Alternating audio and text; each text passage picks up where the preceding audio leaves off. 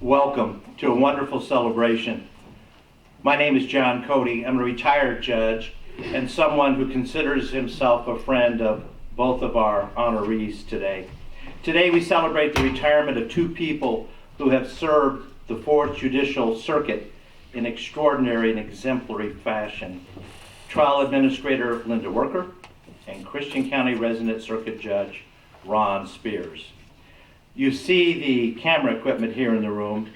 As we speak, this celebration is being broadcast live over YouTube to literally millions around the world. There are several individuals scheduled to speak this afternoon, and some of whom will have remarks for both of our honorees. We'll proceed with Linda's recognition first, and then with Ron. When the scheduled speakers finish for each honoree, if any of you have any well wishes or comments, it will be then that you'll be given that opportunity, and perhaps our honorees will have a few words for us as well. And when we finish in here, there's a cake and punch reception in the county boardroom on the second floor where you'll be able to personally greet Linda and Ron. Linda Worker. When I first met Linda, her Fourth Circuit Administrative Assistant office was behind that wall in a tiny room. I measured it earlier this week. It's 9 feet by 13 feet. And I wasn't a lawyer yet, but I soon would be. And over the 38 years that have followed that first encounter, my respect and affection for this woman has only grown. Linda, I join all the others here today wishing you the best in your retirement. God bless you. The first speaker is someone that is going to introduce the next speaker, and that's our Chief Judge of the Circuit, Fourth Judicial Circuit Chief Mike McKinney from Marion County. Chief Judge.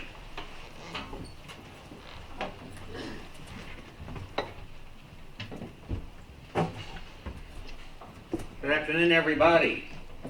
When I became Chief Judge of this circuit, I can tell you without hesitation that I was clueless about what I was getting into or how to proceed to do it. And I would have remained so had it not been for the wisdom and guidance of Linda Worker. Linda has an innate sense of patience and intelligence in how to speak truth to power. When I got into this for a while, I got this letter from someone. We don't need to deal with what it said, but it just was really, I thought it was snarky. So I just fired back. Linda's the only one probably in Illinois who still takes shorthand, so I'm dictating this response, and I'm just thinking it's great. So she hands it to me, and I notice it's not on letterhead. It says, Judge McKinney, maybe you might want to think this through a little bit. I'll tell you what, why don't you let me kind of make a few revisions, and then I'll let you take a look at it. Sounds good to me. So she does. I make my revisions, hand it back to her, fire that baby off. Again, it's not on the letterhead. He said, Judge McKinney, maybe you might want to think this through. I said, what do you want? I took out the cuss words. Linda, I cannot possibly say enough about her because I have only been a chief judge for a relatively short time.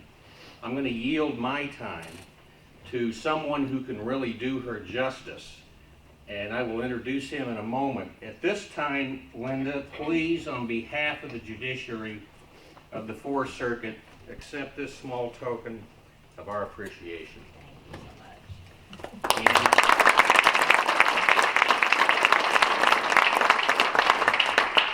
I would now yield the floor to long-serving Fourth Circuit Chief Judge and current presiding justice of the Illinois 5th District, the Honorable H. Gene Schwarm.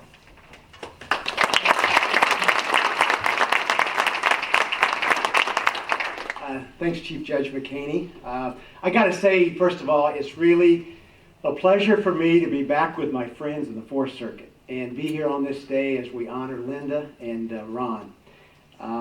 Linda started her work in the Fourth Circuit at the young age after graduating from high school. She has over 35 years of experience in the court system, 32 and a half years with the Chief Judge's office. And she graduated from high school in May of 1971. And in June of 1971, she was hired by the Circuit Clerk's office here in Christian County. And she rose in the Circuit Clerk's office to Chief Deputy in the Criminal Division. In February of 1974, then Chief Judge Bill Slater had noticed Linda and what a good job that she did in the Circuit Clerk's office, so he stole her from the Circuit Clerk's office and hired her as the first administrative employee in the Chief Judge's office. And she started as administrative secretary for Chief Judge Bill Slater. She continued in working in the Chief Judge's office until July 31st of 1981. And that date is significant. I'll tell you the significance of it a little bit later. Judge Paul Hickman from Montgomery County was elected as Chief Judge and moved the office to Montgomery County. And Linda was there June and July. But then on July 31st, her twin sons were born. And she took what was a 9-year maternity leave as she tended to her sons and her family. Judge Hickman made a good hire back in 1981. He hired Karen Smith, and Karen's here today to be the administrative assistant for the Chief Judge. And Karen continued on by herself until 1990, when then Chief Judge Mike Weber doubled the staff of the Chief Judge's office, hired Linda to come back as administrative secretary. So Karen was administrative assistant, and Linda was administrative secretary, and what a dynamic duo those two were. They worked together and quite well together until 2009. When Karen retired. I became chief in 2001, and it was my privilege to get to give Linda a promotion to court reporter supervisor in 2006, and she served in that position until January 2009, when Karen retired and Linda became a trial court administrator. So during, and that's the history of the Chief Judge's office in the Fourth Circuit. And talking to Linda and Karen earlier this afternoon, you know, a lot of that history is between these two ladies here, and they've just both done a wonderful job through the years. Linda worked for Chief Judge Bill Slater, for Judge Hickman, for Judge Mike Weber, for myself, and now Chief Judge McHaney. And I had the pleasure of the longest tenure working with Linda for about 13 years. And I was able to observe many of her traits and characteristics that allowed her to just do a wonderful job in the Chief Judge's office. And I want to talk about a few of those characteristics at this time. Linda is a person of integrity and honesty, and that was imperative in working in the judicial branch. And she would handle any situation with integrity and honesty, and any individual that way. In communicating, Linda always let me know just the way it was, to never sugarcoat anything. And because that was the case, there was a real feeling of trust and a relationship based upon trust, which was so good and so important. Linda has a wonderful way with people. In her job as trial court administrator, she dealt with a number of people, with the general public, with a number of court people, attorneys and circuit clerks, court reporters, probation officers, judges. And, through the years, Linda dealt with a lot of personalities. And when I say personalities, I'm not referring to any judge by name, but a lot of different people, a lot of different personalities, and she did it so well. And I think she did it because she is or what helped her to do that and to have that rapport with people. She's a good listener. She's patient. She's very perceptive. She interacts well with all people with courtesy. And probably her greatest skill was she has a great even-keeled disposition. She never gets rattled. She very seldom gets upset, or at least she wouldn't let you know she was that way. But this great even-keeled personality. Linda is a very intelligent person. It was always amazing to me as we would deal with administrative functions, she could always remember the statute that came into play, the law that would come into play. She could recall instances where, well, this happened before, and I think we've got a file on this, and yes, we did have a good file on that. Linda has always had a great, positive, can-do attitude. Change is hard, and change is hard in government and especially in the judicial branch. But Linda was always willing to take on new things, and not only take them on, but to want to do them, and to want to step forward and step up and take on additional responsibility. Linda was just a joy to work with. And she's a wonderful person to work with. And I think all of those who had contact with her on a day-to-day basis would certainly echo that. And with her 32 plus years of service in the Chief Judge's office, she has just been a tremendous asset to all of us. And Linda, we thank you for that exceptional work. You're going to be missed, but you will be fondly remembered. Thank you.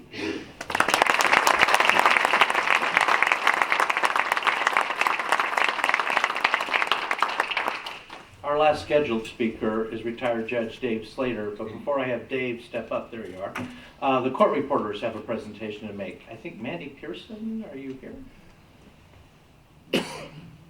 Well, oops.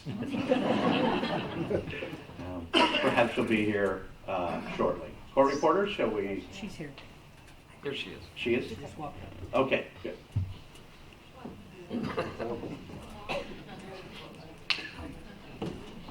It was 3 o'clock, not 4 o'clock. Mandy, that was 15 minutes of flex time.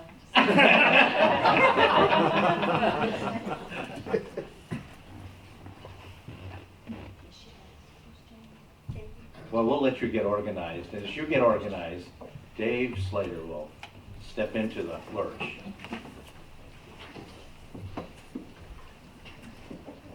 Linda and I go back a lot farther than probably anybody in this room, including maybe Terry. I don't know whether Terry even goes back as far as Linda and I. Linda and I went to junior high together. And either Linda was a couple years older than me, or I was a couple of years older than her, or one way or the other. I don't remember which way it was. Anyway, we went through junior high and high school together. And when my dad was chief judge and was looking for someone to work in the office for him, he said, "Do you know Linda Worker?" I said, "Yeah." Or Linda Lynch at that time, wasn't it? Or were you married No, then? I was married. Okay, Linda Worker. I said, "Yeah, I used to be Linda Lynch." I said, I remember her from school. And he says, "Well, I'm thinking about hiring her for secretary or administrative assistant in the chief judge's office. What do you think? I said, Linda Worker? And as usual, he took my advice and hired her anyway. And it turned out to be a great deal. And he really appreciated it and had a great time working with Linda. But, you know, we've talked about how much time she has been in the circuit. And I'm not going to tell you she came with the circuit. But I can tell you this. When Linda started, well, Ron Spears is retired today after 22 years of service. John retired 5 years ago after 22 years of service. I retired 8 years ago after 23 years of service. And when Linda started, all three of us were in law school.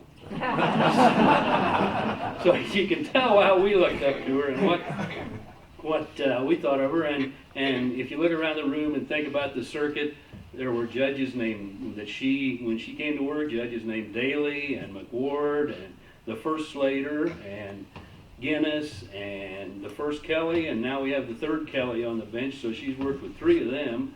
And Michaelry was a judge then, and Spittler and Horn and Wineland and McMacken and Judge Hinken. Nobody ever forgets Judge Hinken and some of his escapades, but those were the people she worked with, and here she is 20-some years old in her young 20s, and she is waking up in the morning and telling Judge Daly and Judge Bean where to go. There are a lot of us that would have liked to have told Judge Daly and Judge Bean where to go, but Linda's the only one that got to do that. And you know, as Gene said, it takes somebody with a lot of a real demeanor and a real confidence in herself to be able to deal with us, because you know, we're kind of hard to get along with sometimes, and we do when she calls up and says you're going to Salem or you're going to Louisville. We do a lot of whining and we do a lot of moaning and we do a lot of crying and as judges and reporters, and when the conversation is over and you hang up the phone,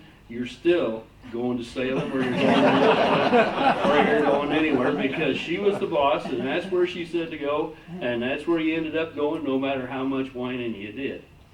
And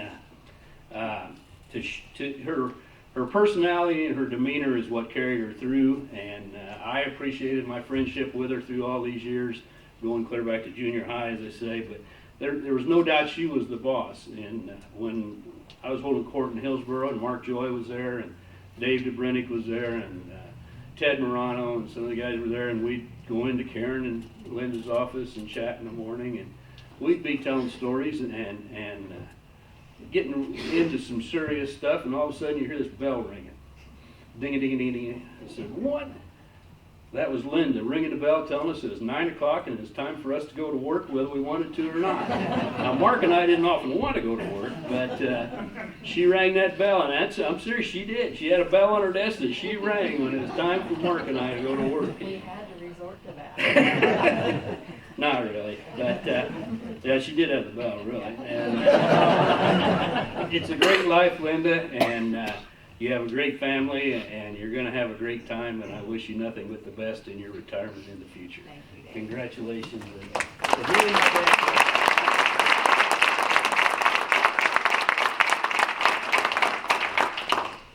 Thanks, Dave.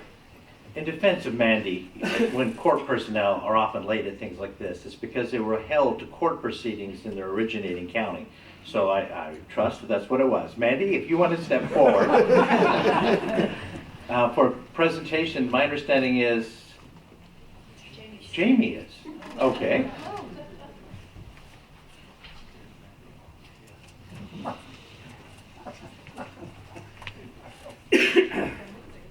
right, thank you. Okay. That was a presentation from the courtroom.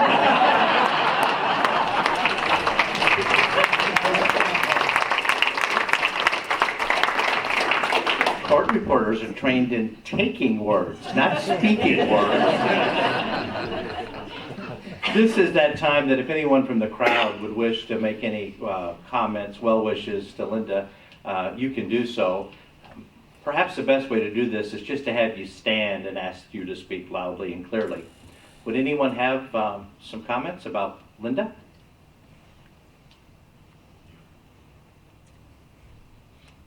Anyone? Here we go. Hi, I'm I'm Judge McCaney's wife, Oh. and I just want to thank Linda for being there for Mike for his term as the chief judge, and know that he could not get by one day without you and Jamie. And I appreciate everything you do for Mike and all the judges of our circuit. Thank you, you. Lauren. Thank you.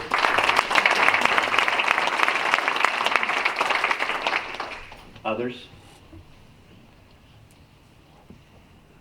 And Linda, the spirit in this room is just one of appreciation and gratitude and respect for such an excellent job well done. At the same time, you're a friend.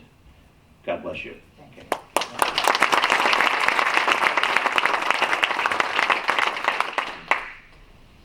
If I first met Linda Worker 4 decades ago, I first met Ron Spears 6 decades ago. Literally, almost to the day, 60 years ago, because my family and Ron's family were friends when we were, even before kindergarten. And Ron has said for years that from that time that we first met, when I was 3 and he was 4, we've been, this is his phrase, not mine, yoked at the hip ever since. And indeed, we went to high school together, we went to college together, we were law partners, we campaigned together, we were on the bench, headquartered here in Taterville, Christian County together. We've done scores of Illini activities, Illinois Judge Association activities, and all sorts of other things. But more than that, Ron has been to me a mentor, a friend, a spiritual advisor, and a Christian brother who has influenced me and encouraged me like no other person. And I appreciate that, Ron. And Ron's wide impact is reflected by those who have come to this room today. Among you in the crowd, as I look out, there are folks from Springfield and folks from Champaign-Urbana and folks from Chicago, several from Chicago. Ron, you have made this county proud by the way you have conducted yourself throughout the state. So, my yoke partner, I join these folks in congratulating you on your retirement, but I look forward to seeing where you'll make your next mark. I'm going to ask Justice Jean Schwarm to return to the podium, if you will. I've been thinking of words to describe Ron Spears. I've narrowed them down to just a few. There's a lot of good descriptive words of Ron, and these are some that I've come up with. Integrity, hardworking, enthusiastic, highly regarded, scholarly. Ron has made a tremendous impact on the judiciary in Christian County, in the 4th Judicial Circuit, and in the state of Illinois. And I want to talk about the impact that Ron has made in the state of Illinois, because it has been a substantial one. Ron is truly a legal scholar. And this first became evident as far as being a legal scholar when he graduated summa cum laude from Southern Illinois University Law School. And he was editor-in-chief of the law review there.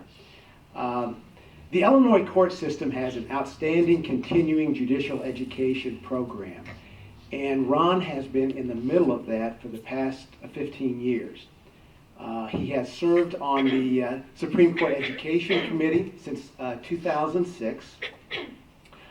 He's been an instructor at numerous courses for judges. He's taught other judges throughout the state at numerous conferences on evidence, civil jury trials, and ethics. Probably he's best known for his instruction of the Civil Law Update at the the Education Conference. That's the biennial conference that all judges have to attend in the state of Illinois. And Ron was in charge of the Civil Law Update, where Supreme Court and appellate court cases are reviewed, and somewhat after keeping us up to date with what's happening in the civil area. And this popular course was Ron's course, and it was popular in part not because of the subject matter, because Ron did such a nice job and was entertaining in updating us on the law. He was co-chair of the writing team for the evidence bench book, which is thick, and it's about every judge relies upon this. He also chaired and helped plan several of the advanced judicial academies. This was a specialized week-long program for judges at the University of Illinois. Ron himself is a prolific writer. He has written over 50 articles that have been published in the State Bar Journal or other publications. Probably to me, one of the neatest things that Ron's been recognized for, there's a new judges school every year. And AOIC, or the Supreme Court, identifies a judge to speak to the new judges. And they look for a seasoned judge to give a philosophical talk to these new judges about the responsibility of being a judge, and also the honor of being a judge. And Ron has done this several times. And I've never heard his new judge seminar speech, but I've heard it's inspirational, and it's also funny, as you might guess. Judges, when we have questions regarding a case or questions of law that come up, we can talk among ourselves about these questions, but we can't talk to our spouse, or we can't talk to attorneys or other people to get input. But we can talk to other judges. And Ron was the guy that a number of us would call from time to time, even during the course of a jury trial. If something quirky came up, we'd say, well, let's just run this by Spears and see what he thinks about it. That's the kind of confidence that we all have in Ron, not only we here in the Fourth Circuit, but judges from around the state. The Illinois Judges Association is the professional organization of the Illinois state judges. And Ron has been a leader in this organization. They have a leadership track, a 6-year leadership track, which leads to being president. Ron was the state president of the IJA in 2009. He's been on the board of directors. He was also co-chair of the legislative committee, a very active committee looking out for the interest of judges. Ron, because of his work in the judiciary in the state, has been, and his work in the IJA, he has literally won every major award that the IJA gives out. He won the Lifetime Achievement Award, Distinguished Service Award, the, I have to even look here, the Seymour Simon Spirit Award, and this year the Harold Sullivan Award. Ron is well known and highly regarded among the judiciary in the state of Illinois. He is going to be remembered as a great judge, and he has contributed much to the judiciary. I know he's helped me to be a better judge, and he's helped a lot of judges in the state of Illinois to be a better judge. Ron, thank you.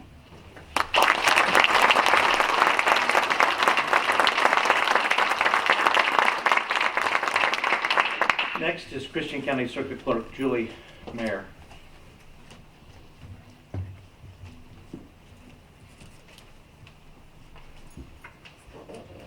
Well, first I want to say, Linda, on behalf of all the circuit clerks, we are going to miss you. I have told you many times I have no clue how you and Jamie keep track of all the judges and the court reporters. I can't keep track of my 2 judges. So we truly are going to miss you, but we're very excited for this new adventure in your life. So I told Judge Cody I'd keep this short, but I did want to say a few things. I became the circuit clerk in December of 2008, and it's unique to be in a room full of people who actually know what the circuit clerk does. People usually get us confused with the county clerk or whatever. So our job, though, as you know, is the clerk of the court, which by extension means the clerk to the judge, secretary to the judge, and advisor, whatever. We are there to assist him in our judges and what they do. However, that hasn't always been the case with us. I think it's been about 50-50. He has assisted me. I had so much to learn, and I feel like every day is a day of a continuing education class in our job. There have been so many changes in the last 7 years, and it's just so hard to keep up with, but I feel like we're a good team, and he's assisted me so much. Now, not to say that he's not, he's always been super patient with me, always. But he did, I think, dread hearing my heels click down the hallway to his office and wondering if the face that was going to peek into his door was happy Julie or unhappy and stressed out Julie. So it was a little bit of both. But I have to say that never one time in all these years has he ever been impatient with me, made me feel like I was silly for asking this question. He is truly a mentor and a teacher to people, and he has taught me so much. So, I know these last couple years he's had this list of pros and cons of whether he should retire or when he should retire. It was on and then it was off and then it was on and then it was off. And his pros and cons list, I think each time he sat down to reevaluate that pros and cons list, that pros list got longer and longer. However, I kind of came up with a pros and cons list, and I only ever had 2 things on my list. The first pro is that I think everybody in our office is going to lose a lot of weight because we knew that if it was going to be a difficult day, we would bake him something. It would make him feel so much better. And I have an office full of amazing cooks. So especially if it was going to be a particular infamous Wednesday in Christian County of pay your peers or family court or OPs, of which we have filed our 426th OP in this county. So anyway, we knew that would help. Second thing is I think I'm going to save a little bit of money because another reason is that another thing that made him feel better when he came down for basket work or whatever was that if he had animal crackers while he was doing his basket work to unwind, that helped. So, here is my last and final gift to you. Thank you for coming in.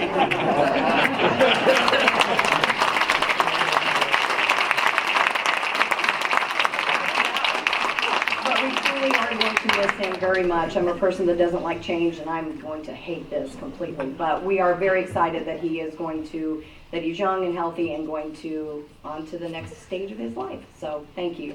Thank you, Julie. I'm going to call on Christian County Board Chair Paul Schmitz, who will make a presentation. Thank you, Judge. First of all, I'd like to say congratulations to fellow Paynight, to Linda. And as I known Judge Spears for the last 20 years, and then started my 20th year on the county board, and got to know him over that, and much better over the last, well, starting my 4th year as county chairman. So he's been a big help to me and everybody else in the county, and appreciate that, Judge. I have a proclamation here to read.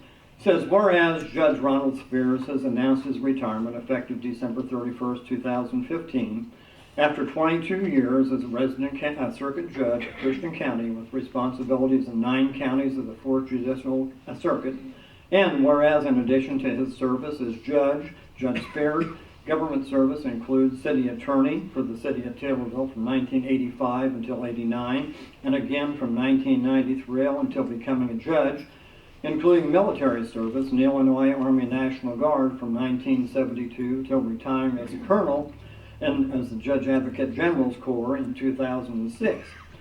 Whereas Judge Spears has served the judicial and legal communities as president of the Illinois Judges Association, as president of the Illinois Lincoln Douglas American Inn of Court, on numerous Illinois Supreme Court committees and commissions, as an Illinois court's judicial mentor, judicial performance evaluator, and on the Illinois State Bar Association Board of Governors, on the Illinois State Board for Assembly, on the Illinois State Board for Committees, and as president of Christian County Bar Association.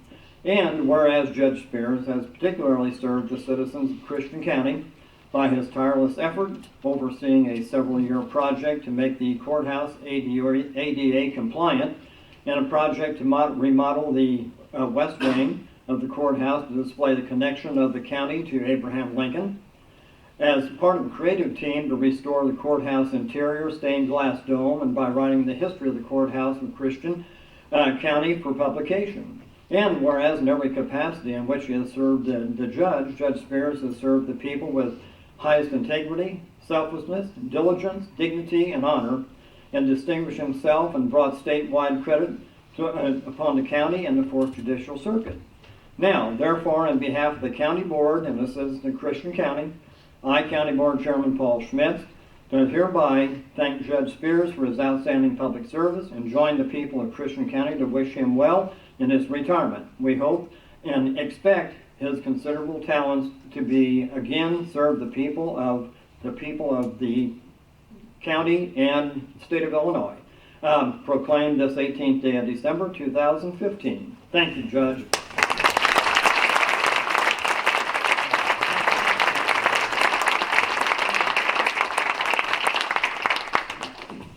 I'm going to ask Chief Judge Mike McHaney to once again step up.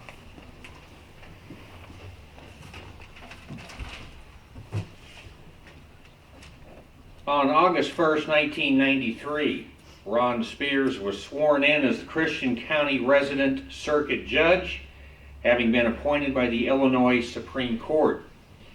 Judge Spears was subsequently elected by the voters of Christian County and retained by the voters in the 9 counties of the 4th Circuit. To say that those decisions were wise ones is certainly the understatement of the last 2 decades. Judge Spears' legal career has been exemplary, and he has continuously set the bar for judicial excellence in our circuit. Judge Spears' demeanor, temperament, decisions, rulings, and written opinions have garnered resounding respect from both the legal community and the thousands of lives he has touched.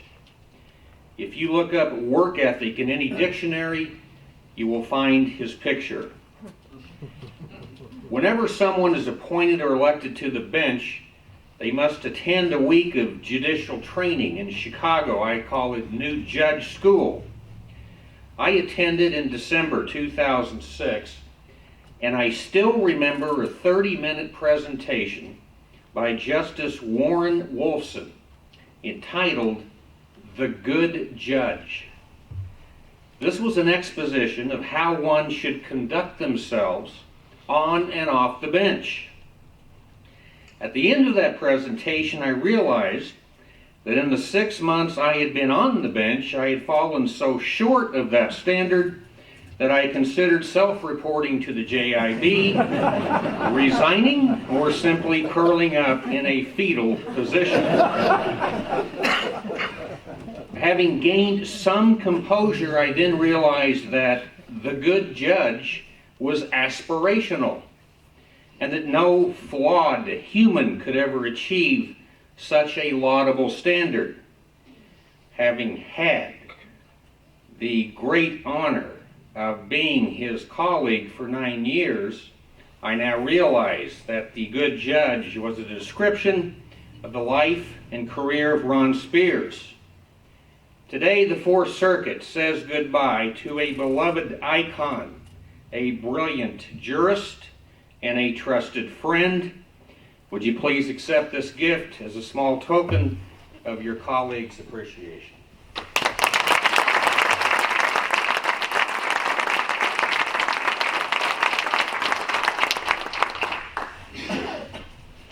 In the Illinois legal world, it is sometimes debated as to which is the more powerful or prestigious bar association. Is it the Illinois State Bar Association? By the way, its executive director is here among us today, Bob Cricket. Or is it the Chicago Bar Association? It doesn't happen often, but from time to time, someone will so distinguish themselves in our Illinois legal field, he or she will rise to the presidency of both. One such person grew up about 35 miles from here in Decatur. Tim Eaton, the former ISBA president, the former CBA president, formerly of Decatur, but current friend of Ron Spears, is here to make some remarks. Tim?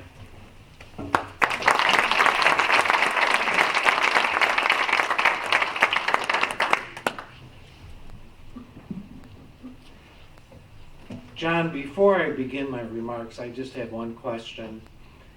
Is he retired or can he still hold me in contempt?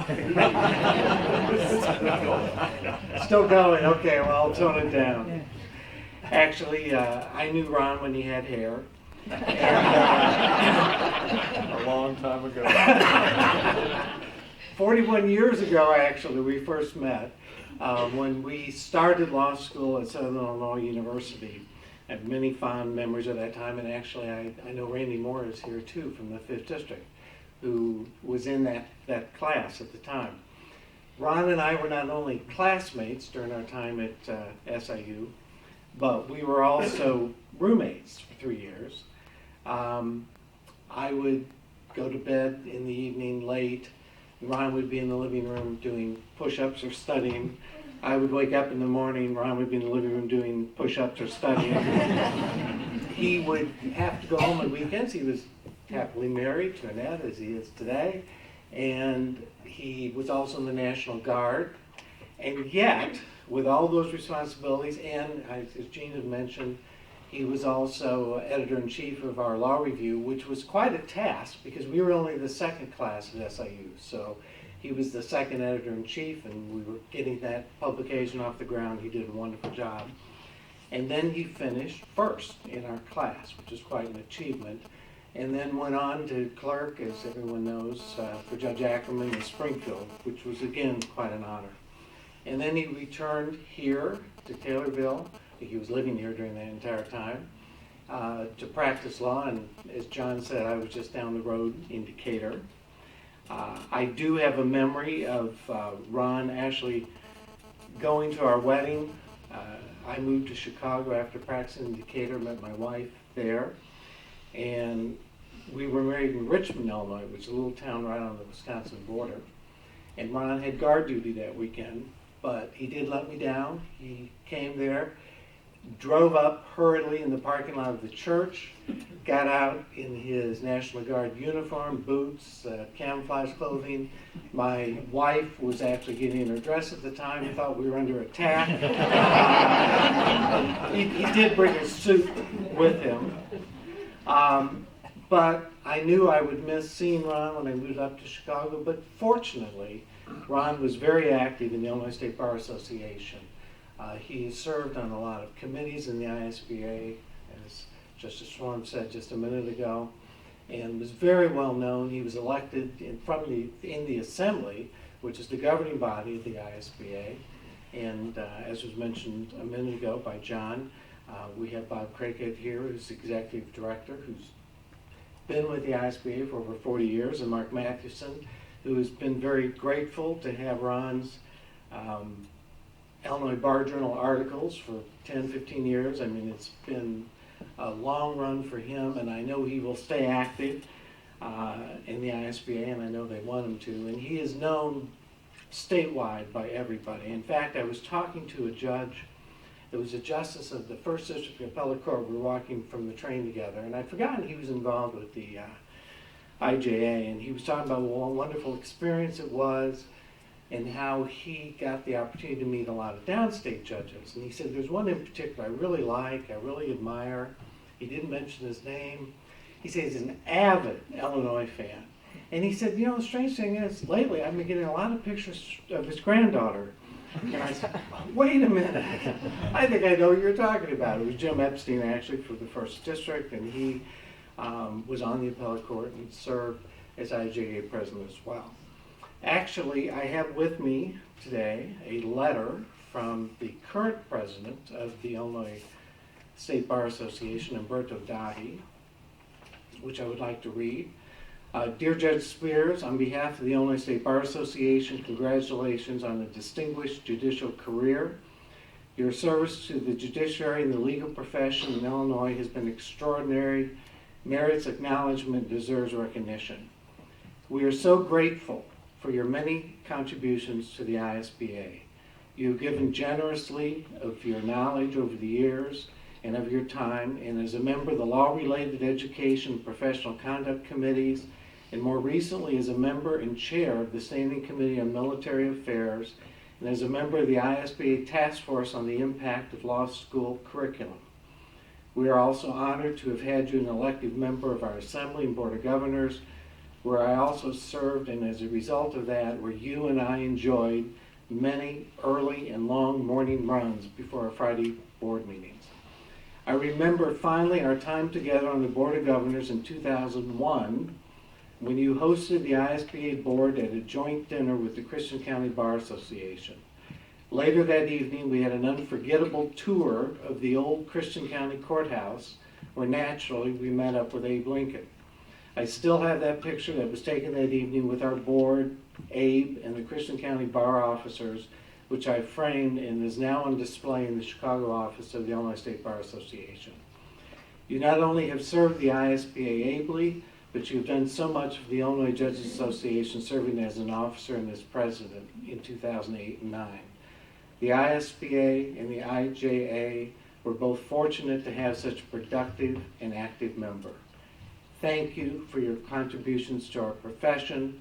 We applaud you for your exemplary services as a judge, and we look forward to your continued involvement in the Illinois State Bar Association. Sincerely, Umberto Davi, President. Ron, it's been my honor and privilege to be your friend for a long time. I wish you the best. I know you'll stay active, and congratulations.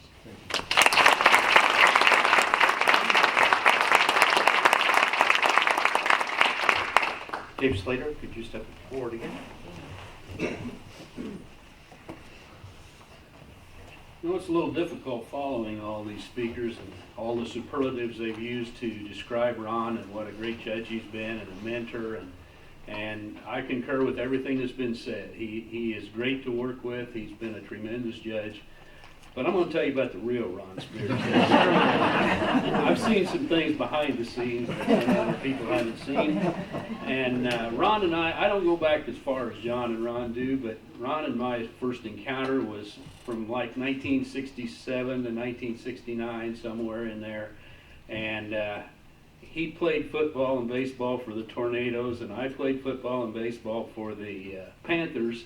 And we had absolutely no use for each other. You think the Cubs and Cards have a rivalry? The Payne-Taylorville rivalry at that time was something to behold. There were some real stories, but we didn't know each other, but that was my first encounter with him.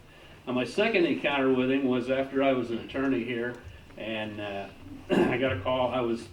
Because I was low man on the totem pole, I was the secretary of the Bar Association, so I got a call that there's this attorney working for Judge Ackerman in Springfield who lived in Taylorville or somewhere in Christian County and wanted to become a member of the Christian County Bar Association. So I started sending him notices of meetings and that kind of stuff, and I got a call from him one day in the office, and he said I'm who he was and who he worked for, and he said I'm looking to come back to Christian County to practice law, and he wanted some background on some of the firms in Christian County and who was in them and what kind of practices they did and all that stuff. And so I gave him some, and he said, well, I've heard of this Miley, Meyer and Austin firm in Taylorville, and he says, what's the history of them? And I said, well, Clark Miley is either the senior attorney or close to being the senior attorney in the county, and I said he's probably getting ready to retire and he's cutting back on his practice. I said, Bill Meyer, I said, he's a great attorney, and I said, so was Clark. They have the highest integrity, the highest ethics, and I said, but Bill still appears in court some, but he's practicing to join the senior tour of the PGA, so he spends most of his time on the golf course. And I said, and the junior partner is Dan Austin, who knows where every eagle's nest in central Illinois is, but I don't think knows where the courthouse is, and I'm sure he doesn't know where the courtrooms are. So if you're coming back to practice with him, you're going to be carrying the load in the courthouse. And there was silence on the other phone, and he says, that's what I want. That's exactly what I want. I want to come back and try cases. So Ron came back, and I don't know how many judges in here had the privilege of trying cases with Ron or having him appear before him, but he was always prepared, he was always straightforward, you always knew where he was coming from, and you could count on what he told you. As in everything else he did, in football, in the military, in college, he was straightforward. He was bold, pulled straight ahead, there was no fear. He was totally fearless. He'd take any kind of a case. He would represent anybody, and he'd give him his best effort. And I thought, man, this guy is the guy you would want to follow, and you would go anywhere with this guy, until there was an incident in the Hillsborough courthouse one day. And it was when they were building the courthouse down there, and Ron was touring the courthouse and looking things over. And we had a judge down there, Judge Huber, who liked to jump out from behind doors and scare people. And Ron was walking down a hall, and I think Linda or Karen, one of the two, said, well, then here's the sound equipment in the new courthouse. And he opened that door, and Judge Huber jumped out, and he screamed a blood-curdling scream that you could hear from one end of Shieldsboro to the other. What I understand, he was still shaking when he got back to Taylorville. Anytime you went down there with Ron afterwards, walking through that courthouse, he always walked behind you. He never would he walk down the hallway in front of you. He was always back behind you. But the two of us worked well together, and I worked a lot with him up here after later on in our careers, and it worked well because if somebody come to my courtroom and wanted to bump me from a case, Ron would take it right then. If somebody came to his courtroom and wanted to bump him from a case, I'd take it right then. And there wasn't much bumping going on between when they figured out who they were going to have to go to. And when Gene was talking about people calling, the judges calling and asking Ron questions, and he was. I mean, he was one of the experts in evidence and everything else in the circuit. And judges would call, and if everybody else was busy, I'd answer the phone, and they'd say, could I speak to Judge Spears? I got a question for you. This is Judge so-and-so. I said, well, he's on the bench right now. Is there anything I can help you with? Nah. I'll call back after. Okay, no problem. Now, another reason that we worked so well together was, besides in the courtroom, we basically had the same philosophies about a lot of things in the courtroom, and how long things should take and how long things shouldn't take, and what was important and what wasn't important.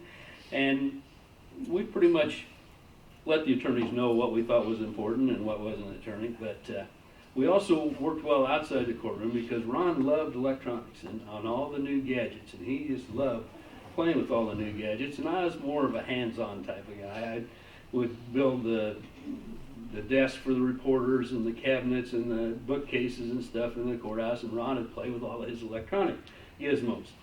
And so Ron, he never did convince me of this stuff, but he'd buy all this stuff and bring it over to me. And finally, after several years, I figured out how to use a desktop computer, and was using that and doing a little research on it. And then he brings over a laptop to me one day, and he says, oh, this is the greatest thing. He says, you can take it with you anywhere. You can take it home. You can take it to Hillsboro, to the courthouse. You can tie it in here. You can tie it in there. You can get everything with it. He says, let me show you. And he goes through a couple hours of showing me how these laptops work. And then he looks up at me and he says, you're not going to use this, are you? No, but I said, it sure looks nice on my desk. Could you leave it there? Because it looks like I know what I'm doing when that thing's sitting up there on my desk.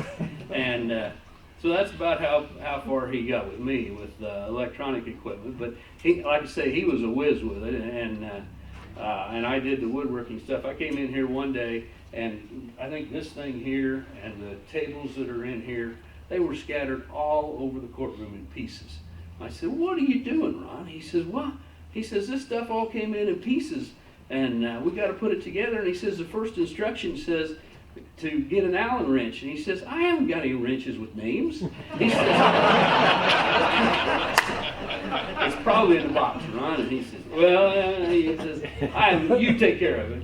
And I said, okay. I said, I'll put it together, but I said, I'm going to need somebody to help hold the pieces while I screw them in with the bolts. He says, I'll go get Linda. Linda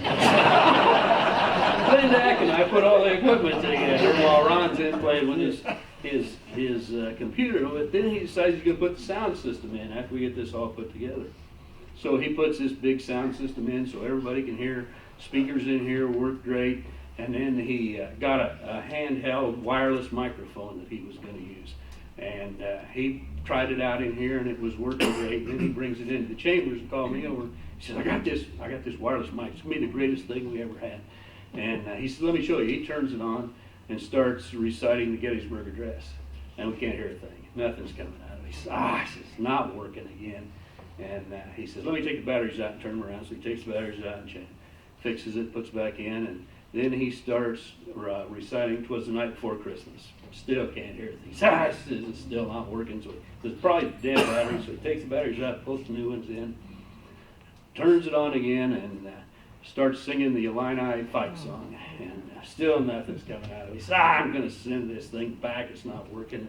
About that time, the bailiff comes in. I don't know who it was. And he says, "We got to get rid of this thing and get a new microphone." He says, "If for some reason it's not working," he says, "It's working fine, Judge. Everybody in the courtroom just heard the Gettysburg Address before Christmas, that Illini fight song. They heard it. It's perfect." And a lot of these things happen. Most of these things did happen. But we did these things. But I got to tell you, Ron, there's a couple things I got to tell you about this retirement. One is, as I told you at Zook's retirement, his theory on judges is that attorneys start out their careers by knowing a little bit about a lot of different areas, and as they go through their careers, they learn less and less about more and more until they know nothing about everything. Experts, they start out their careers by knowing a lot about a limited area, and as they go through their careers, they learn more and more about less and less until they know everything about nothing. Judges start out their careers by knowing everything about everything, but through their constant association with lawyers and experts, wind up knowing nothing about anything. That's where you are. And let me just tell you a couple of things you're going to have to do. Number one, you can't make up the law anymore. You gotta follow the law. I know you can make up the law sitting there, but you can't make it up. Number two is there's not going to be any docket in the morning. There may be a to-do list, but there's not going to be a docket for you to follow all day. So you got to make up your mind what you're going to do or follow the to-do list. And the main thing is tonight or today when we leave this room, everybody's going to stand up, and that's the last time everybody's going to stand up. We need to walk in or work out of the room. I've been trying to get my family to stand up when I come into dinner, and they won't do it. Forget all that stuff. But I have appreciated Ron, and I've appreciated the time I've spent with you. It's been a great experience. I wish you nothing but the best. I know you've been proud to be called all the names you've been called, Judge and Esquire, and your military honors and all that. But let me tell you, you can spend a lot of time now being called Grandpa, and that's the best time you can have. Congratulations and enjoy your retirement.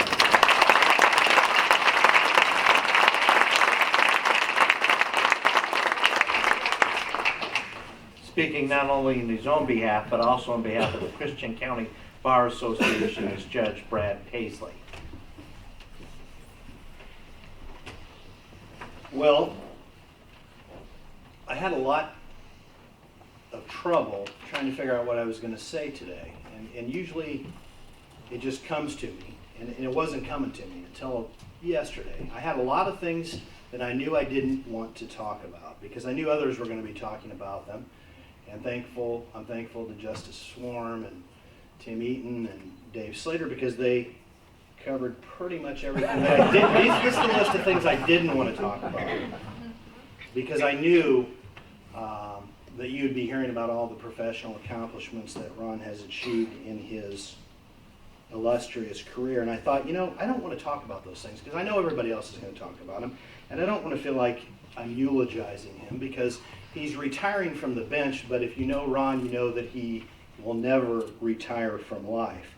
So I thought that it would be appropriate today to talk about Ron's intangibles, those things that you can't see or touch or smell or hear, but you know that they exist.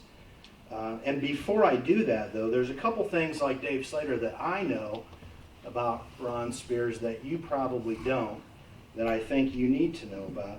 And I've learned these things because I've been working side by side with him for the last 8.5 years. Everybody in the room knows that this guy is a huge Illini fan. Go in his office or at his home. There's nothing Illinois that he hasn't seen or done. But I don't know how many of you have actually ever been to a game with him before. If you have, the people that are nodding know exactly what I'm going to be talking about. I went to the Tornado playoff game about a month ago when they played Mount Zion, I think. And I stood with Ron and with Donnie And he embarrassed me to death. I came home and Karen goes, "How was the game?" And I go, "Man, Judge Spearsbaugh got us arrested. You wouldn't believe how he is." I said, "I've never seen anything like it. He's screaming at the top of his lungs at the refs, at the other team." And if you go to any of the Illinois games, especially the new stadium where he's got the tickets and he'll be down close, you'll be hearing him screaming at the top of his lungs. He likes to say things like, "That's not a foul, that's a felony." Other things that you might not know about Judge Spears, and these are some of the things that we talk about that have nothing to do with the law. He reads every single John Grisham book cover to cover within 24 hours of its release on Amazon. He will come into my office and I'll go, "Hey, that new John Grisham book's coming out today." He goes, "Yeah, I already read it last night." Cover to cover, every time.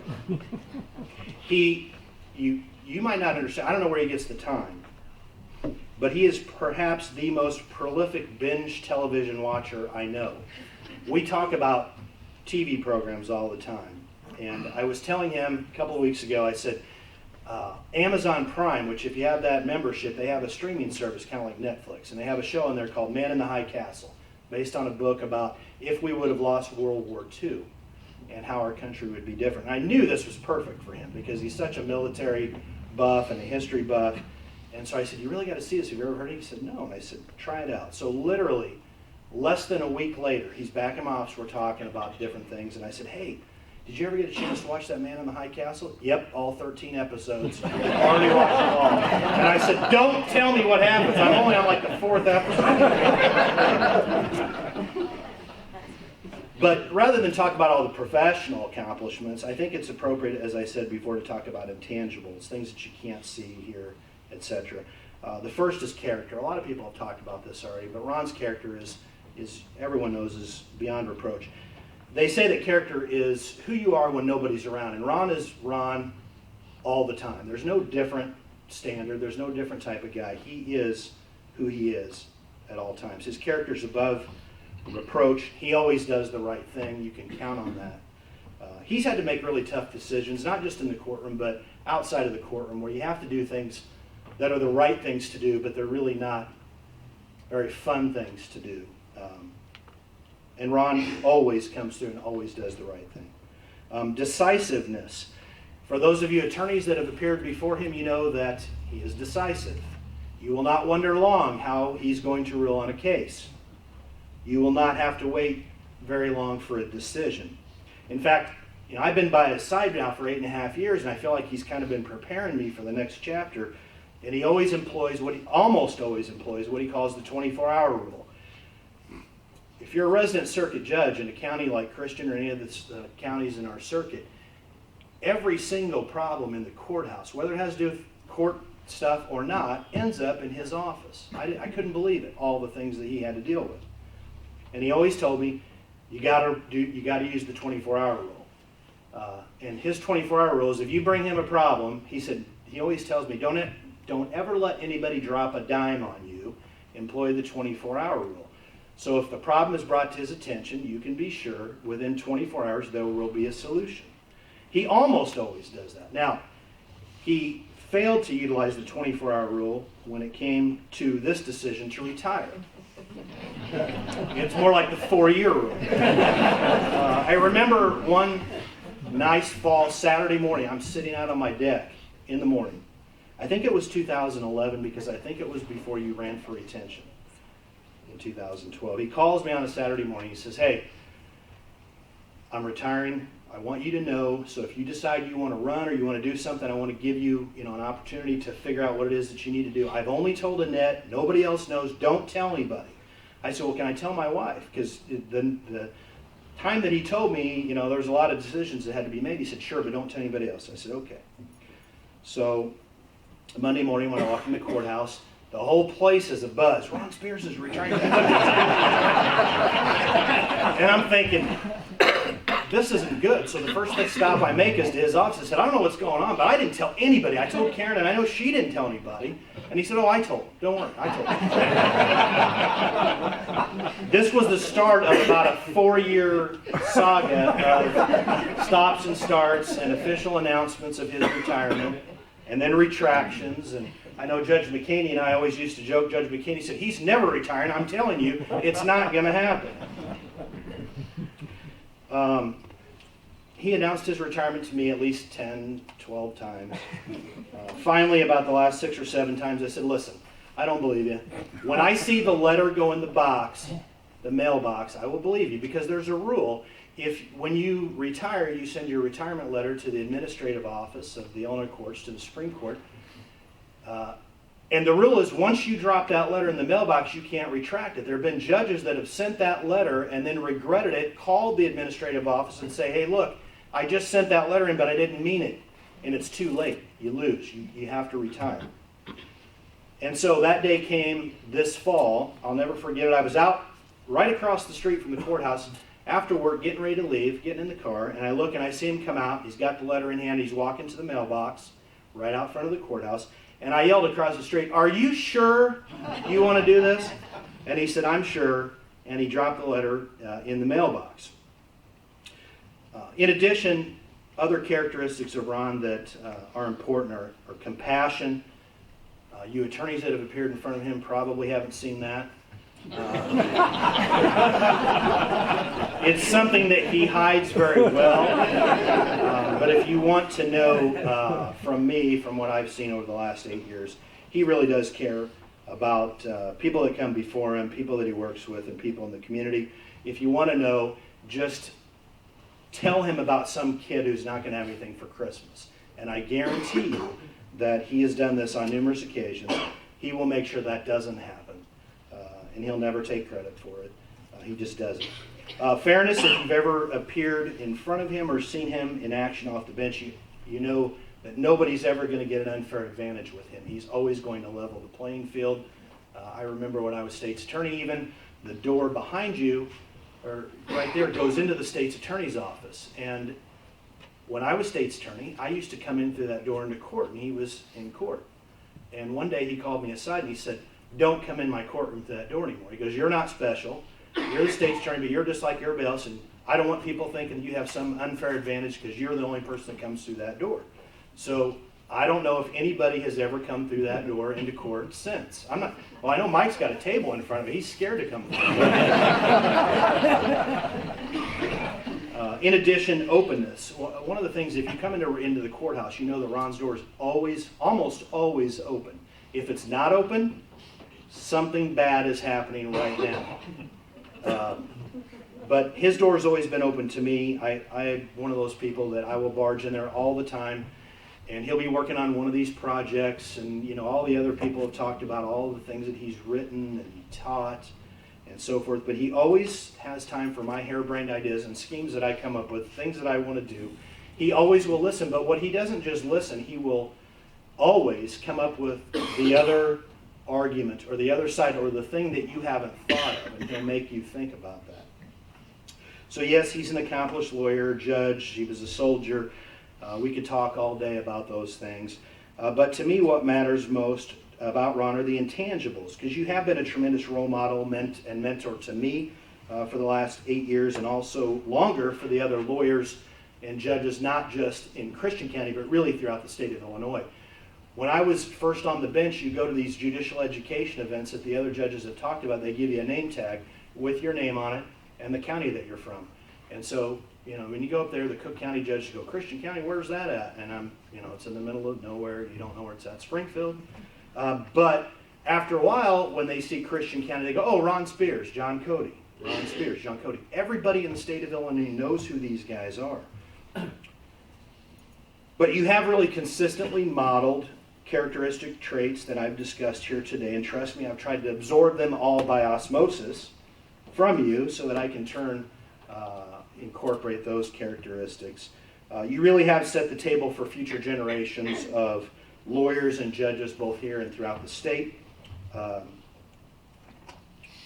But I think what's most important, better than all of the accomplishments that you've had, I want you to know that today that the bench and bar in the state of Illinois and in Christian County are better off than they were before you got here. The future of the legal profession is better off because of you. And I think those two things are more important than any of the accomplishments and professional recognitions that you have attained this year. So it's been my distinct honor and pleasure to serve alongside you, to learn from you, and to be your friend. Congratulations on your retirement and best wishes for the future.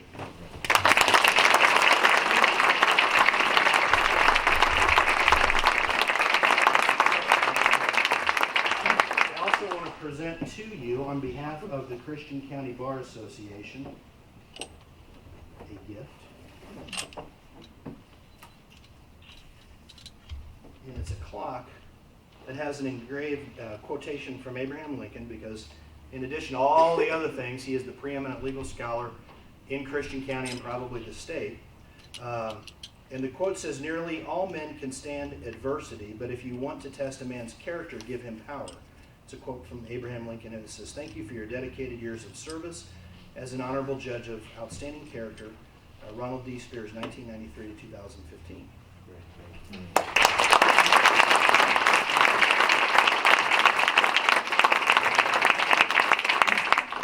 I'm also going to have all three court reporters come up, even though they won't want to, because they are Christian County court reporters. My wife Karen, Courtney Pachetti, and Sherry Kniff are going to present a gift to Judge Spears on behalf of all the court reporters in the circuit. On behalf of all the court reporters, we're going to greatly miss you. We've started many mornings with Let's Roll, and we've ended many days with Peace and Love, and we're going to miss sitting in our office and listening to your laugh from the courtroom and from your office, and we appreciate everything you've done for us. Thank you.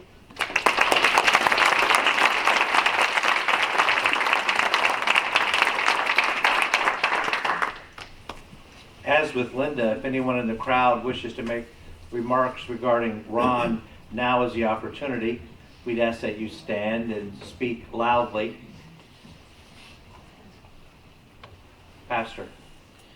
I'm Ted Marion, pastor at Bethel Baptist Church, where Ron has been moderator for a good number of years. And Judge Cody, I'm just wondering if I'm in the wrong spot, because this guy that you've been talking about, I don't recognize.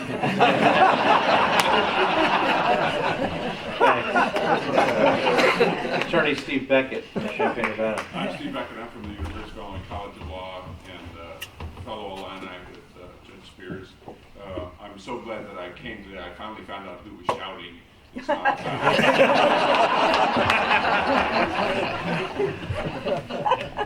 Others. Terry. I'm Terry Wright, and I just wanted to say, I didn't know, Ron, when I came up here that we'd have an opportunity to speak or not, but I just wanted to talk about the personal side of Ron. You know, you've all heard about the professional side here this afternoon. And Ron, if you want to know any stories about Judge Dave Slater, I'm one person that knew him as the Cindy's little brother that was the pain in the neck for us so many years ago back in Painted. It was certainly a privilege to know Ron. I've known him for a great many years from when he was at Miley Meyer, Austin, Spears, and Romano. We used to stop by there on Friday evenings and have a little nip with Mr. Meyer and have some good times back then. It was my privilege to serve on the Taylorville City Council when he was our city attorney. You always knew that Ron was not going to let you go astray from the city council, even though there was times that we wanted to. He'd say, "No, you can't do that, fellas. You got to do this." But I think the biggest thing, the most important thing, is my association with Ron through the Optimist Club. Judge Paisley mentioned that Ron would never let his child go without a Christmas gift or what have you. For all the years that I've been in the Optimist Club and seeing how he is with kids and with families and anyone that needs help, it's my privilege to be able to call Ron Spears my friend. Congratulations.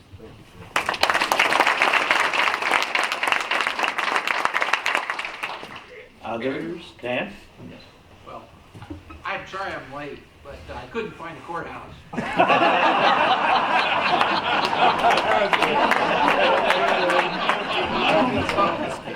I just want to give Annette a little advice about Ron's retirement. Now, she knows this, I'm sure, But an incident, Ron and I were working late at the office, and I had a client in my office, and Ron was cleaning his office.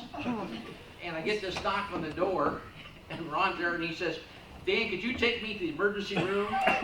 He lifted up the plate glass, it shattered, slit his wrist, so I left the client sitting in my office waiting at the emergency room to get him stitched up. So don't let him do anything around the house. Thanks, Dan. Others? Greg? I've got a wonderful story about Judge Spears. He attempted asking for probation. He was selling his prescription hydrocodone medication to undercover agents for money. It was the last case of the call. I'm going to get probation, trying to talk Judge Spears into it. Finally, he acquiesced and said, "I'm going to give him probation." So he gives him probation. He said, "I just got one question. How are you getting the prescription drugs? What were you doing to get them?" He said, "Well, I'm on Medicare or Medicaid." And Judge Spears says, "Well, that's just great. You're using our taxpayers' dollars to go out and buy prescription medication to sell to somebody else illegally. He said, that's just great. Tell me, how are you going to pay these fines and costs? About $2,000, $3,000. How are you going to pay these fines and costs?" And he said, "No problem. I'm on Social Security." I thought the sky was going to open up. The stone was going to come down, and all Judge Spears did was the last case on the call. He took his reading glasses off, folded up his file, and walked out of the court. Others? Jack? Yeah, I remember the first time that I met Ron, became aware of his existence. I was a first-year law student when Ron and Tim were sophomores. And I asked Tim a question. The two of them were in the lounge, and I asked Tim a question. I think the question was what the age of majority was in Illinois. And Tim referred it to Ron. And then the two of them discussed it and came up with the answer. That was the first knowledge I ever had of the existence of Ron Spears. And I think that's probably the only time we talked. I was a freshman, they were sophomores, second year students. I went off to law school somewhere else the next year, so I was not there the years those guys graduated. But I think it's the first time I've seen Tim since that day. So nice to see you again. Others? Then we're going to conclude with allowing our honorees to address you only if they wish. And okay, here's the microphone. Linda first. Really hard to follow the speeches that have been given here today, but I want to thank everyone for coming out. Thank everyone for their kind comments. I really appreciate it. It's really special to have this celebration here today for me because, as you heard, this is where I started in 1971. I was 18 years old. That's 44 years ago. I mean, when I think about it, I think, wow, I'm really old. You know, things were really different in 1971. We didn't have computers. We worked on typewriters. Automation, you know, we all talk about technology and automation. Automation for us was we wrote out a receipt. We stuck the ink pen in the little silver box that the receipts were in and slid them out. That was automation. So we've come a long way since then. There weren't any iPods, no cell phones, no anything, which made it really difficult once I got to the chief judge's office and trying to reach judges. I mean, we had to catch them at home, and you know, that's been nice. They might not think it's been nice. They get texts, they get emails. As you heard also today, I started with Judge Bill Slater in 1974 and remained here in Kitchen County until 1981. In 1981, Judge Hickman became chief, and me, 7 months pregnant with twins, and 2 file cabinets in the back of a station wagon, looking like some burned out hippie chick probably, moved the chief judge's office to Hillsborough. The babies were born on what was to be my last day of work. I became a stay-at-home mom, and Karen Smith took over where I left off.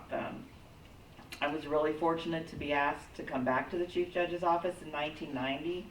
And while in Montgomery County, a new courthouse was built, and so once again we moved.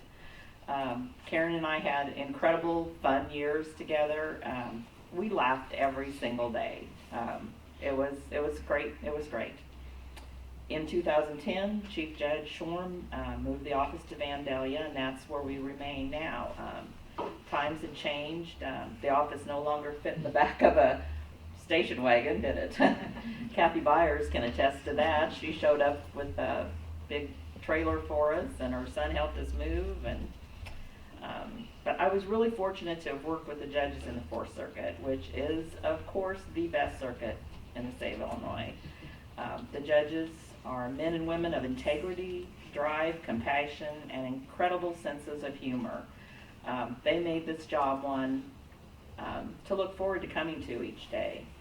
So these years have taken me to 3 counties and 4 courthouses.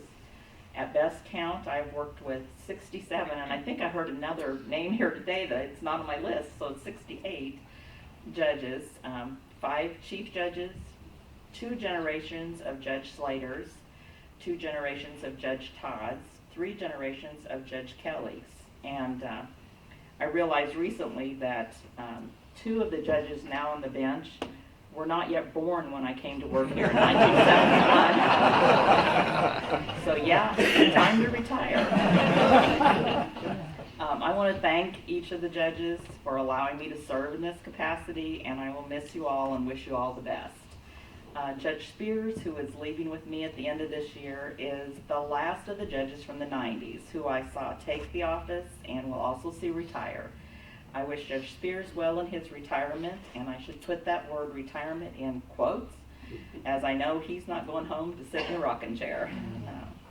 I've also been very fortunate to work closely with the court reporters, circuit clerks, and probation chief managing officers in our circuits. These are incredible groups of devoted professionals. They have important, tough jobs to do, and they do those jobs with perfection, all of them. I've become good friends with many of them, and I also want to thank them for making my job easier. Like I said, the Fourth Circuit is the best. I could not leave if I did not believe I was leaving the office in good hands. I've spent nearly 6 years with Jamie Warren, and if possible for anyone to be more OCD with details than me, it's Jamie Warren. She is a by-the-rules kind of girl, which works out really well in this office. It has been my pleasure to have spent the past years with her, and she will take over and do an incredible job. Becky Schulte is new to our office, but came in with many years of experience in the Clinton County Circuit Clerk's office. She's already been a great asset, and I have enjoyed very much working with her. I am sure that Jamie and Becky will take the best of care of the Fourth Circuit. It has been a long journey, and it has gone by in the blink of an eye. My goal has always been to leave before everyone was saying, wow, she needs to retire. I hope I achieved that goal, and thank you all, and best of luck to all of you.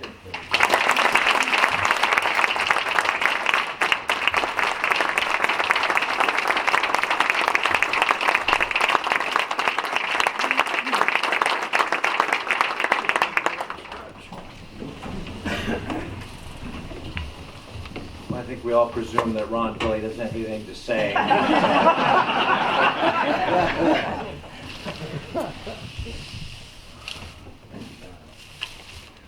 8,170 days ago, that sounds like a long time, doesn't it?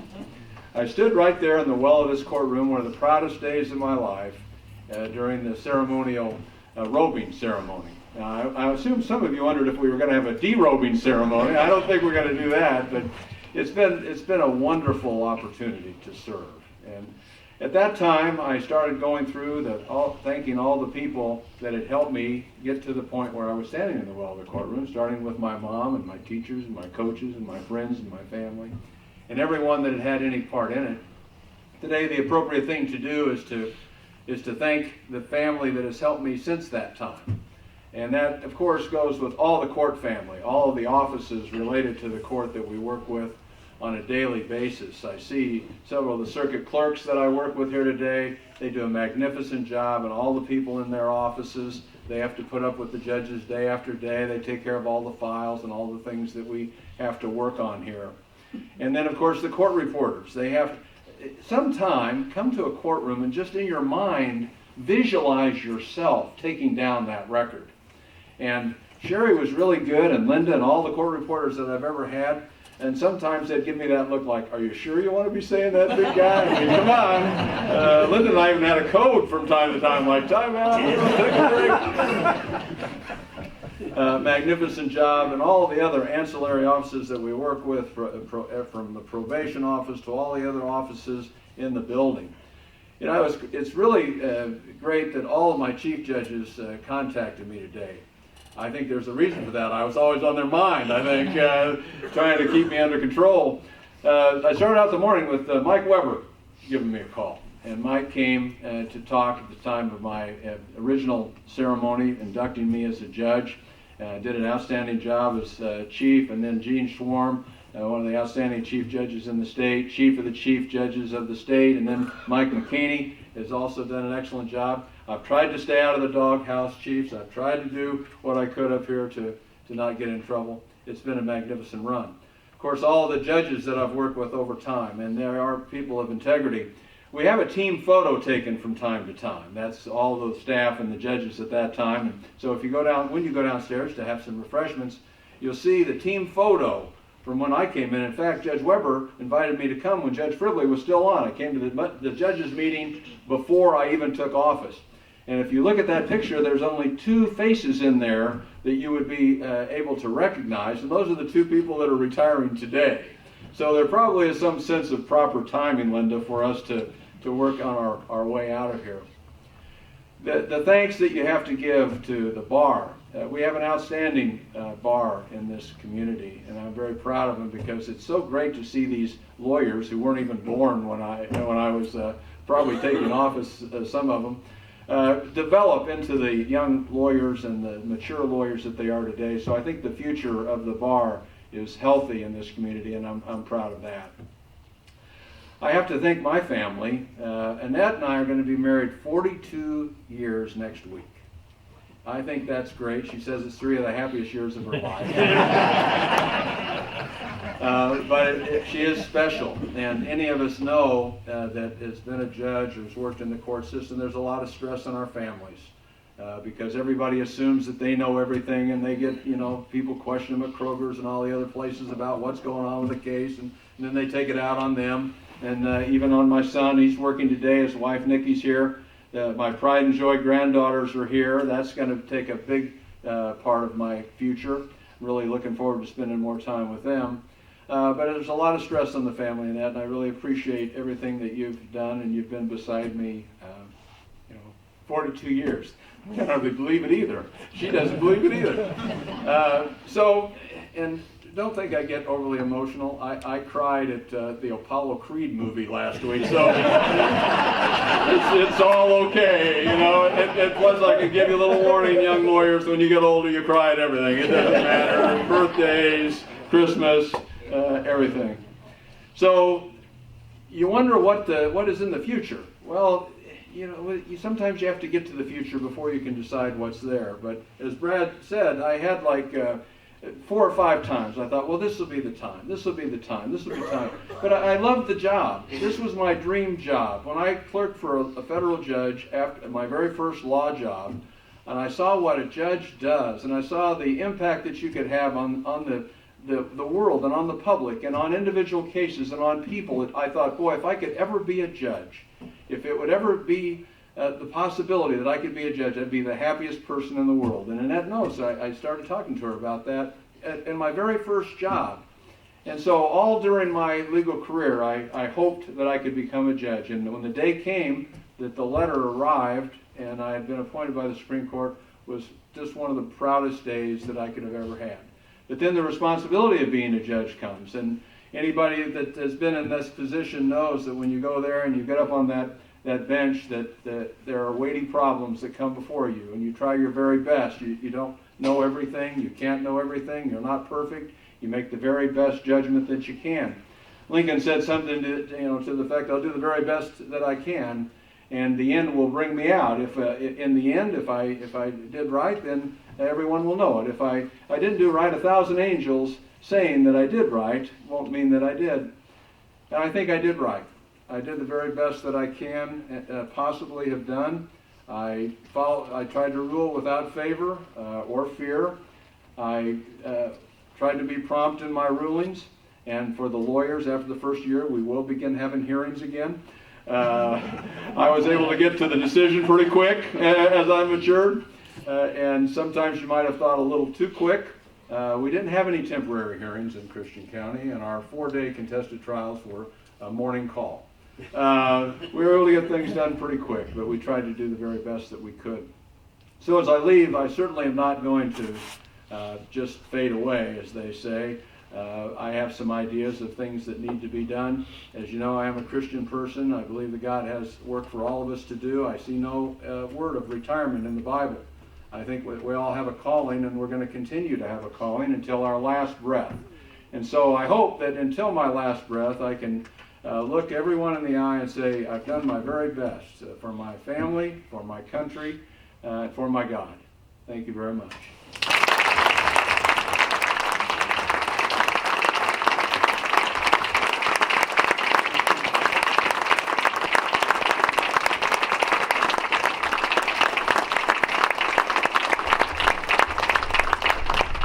We are adjourned to the second floor.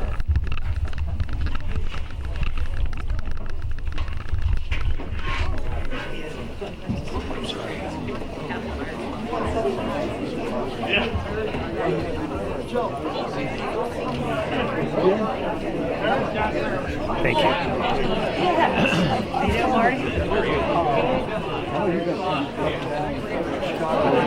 I have to. Yes. Well, you surely can. How are you? I'm retired. How are things at Shelby? Good. Good. Good friend. Yeah. See you. All right. Take care. Got it all, huh? Well, I hope